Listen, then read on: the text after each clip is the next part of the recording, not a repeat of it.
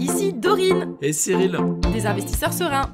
après plusieurs années de travail en tant qu'ingénieur, nous nous sommes lancés en investissement immobilier.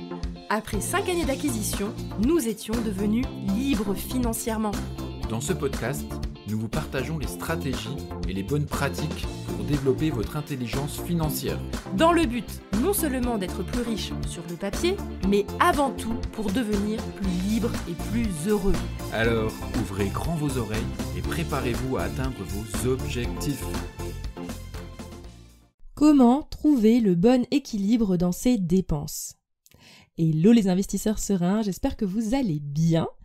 Aujourd'hui, j'ai envie de conclure un peu les épisodes au sujet de la dépense que j'ai fait récemment. Et donc, dans cet épisode, je vais vous expliquer les 3 grands filtres ou 3 grandes étapes que je mets en place avant d'effectuer une dépense. La première étape, c'est de se poser la question: est-ce que cette dépense va contribuer à mes objectifs et à ma vision de la vie? Si c'est le cas, elle a le droit de passer à la suite, mais si ce n'est pas le cas, à ce moment-là, ça veut dire que c'est déjà un stop direct.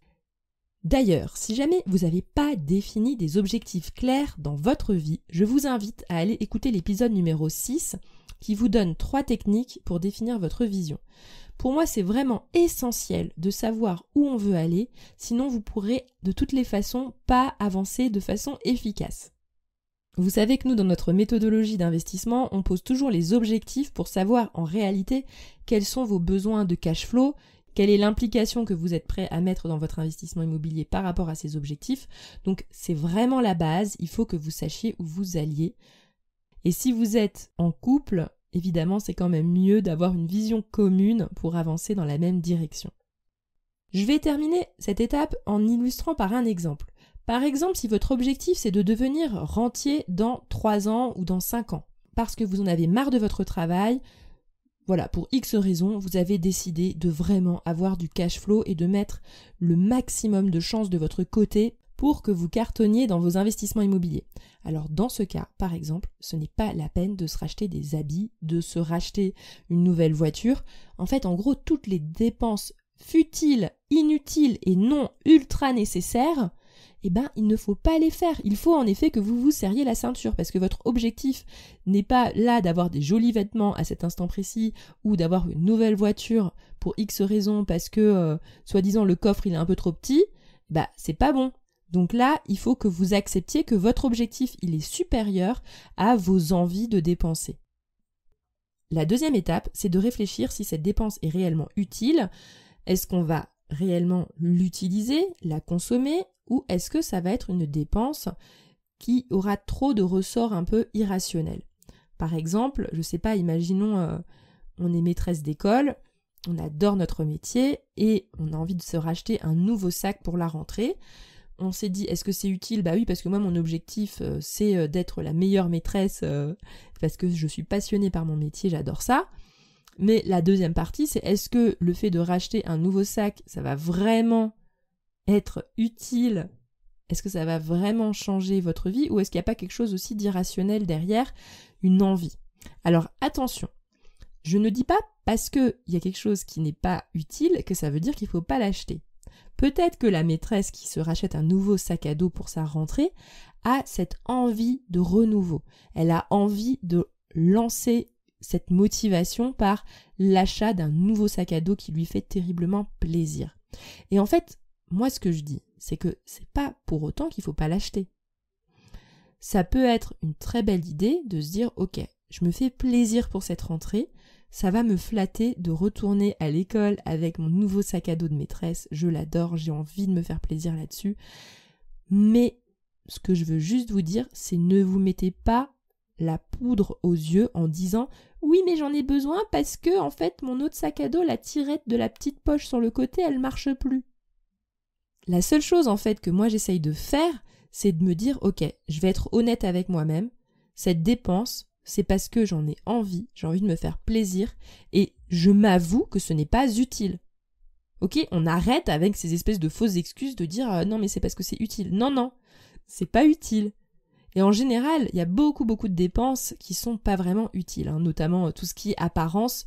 Forcément, c'est pas forcément très utile, mais c'est pas pour autant qu'on doit absolument pas du tout soigner son apparence. On peut avoir envie de se faire plaisir au niveau de son apparence, mais c'est important d'en avoir conscience pour pas tomber en fait dans le biais de oui, mais j'ai aussi besoin de m'acheter une nouvelle trousse, et puis j'ai besoin de m'acheter un nouveau crayon, et puis j'ai besoin de m'acheter plein de matériel scolaire pour les enfants, nanana. Et en fait, du coup, mais là, vous partez dans un délire, vous n'allez pas vous arrêter.